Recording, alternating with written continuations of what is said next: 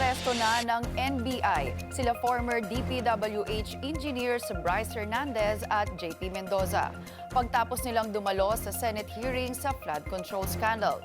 Alamin natin ang detalye mula kay Hannah T. Nag-uulat live mula sa Senado.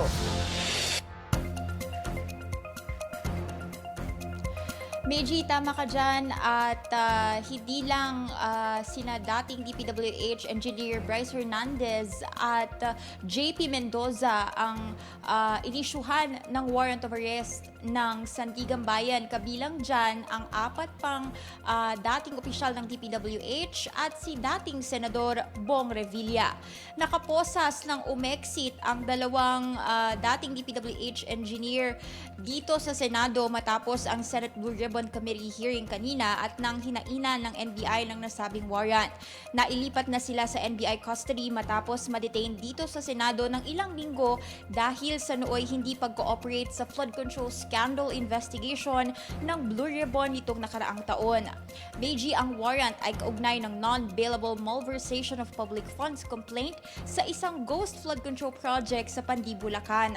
Matatandaang ang dalawang engineer na ito ay una nang naging bahagi ng tinaguriang Bulacan Group of Contractors o BGC Boys na lumustay umano ng milyong piso sa mga kasino habang nasasangkot sa flood control kickback scheme.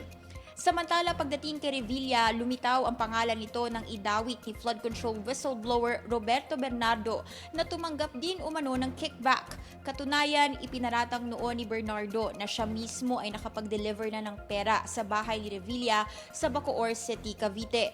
Ayon sa ating mga source, Meiji, posible umanong sumuko na lang si Revilla at hindi na hintayin ang paglabas ng warrant, pero sa ngayon wala pang opisyal na pahayag ang kampo ng dating senador. Meiji. Hana, nabanggit mo nga na non-bailable yung mga na-file na kaso. Pero may impormasyon ka ba mula sa kampo ni Senador Bong Revilla kung magpa-file pa sila ng petisyon for bail?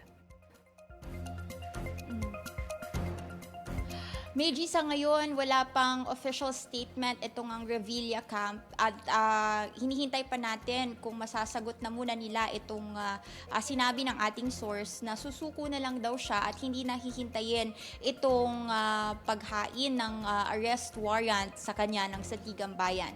Meiji. Maraming salamat, Hannah T. Nag-uulat ng live sa Senado.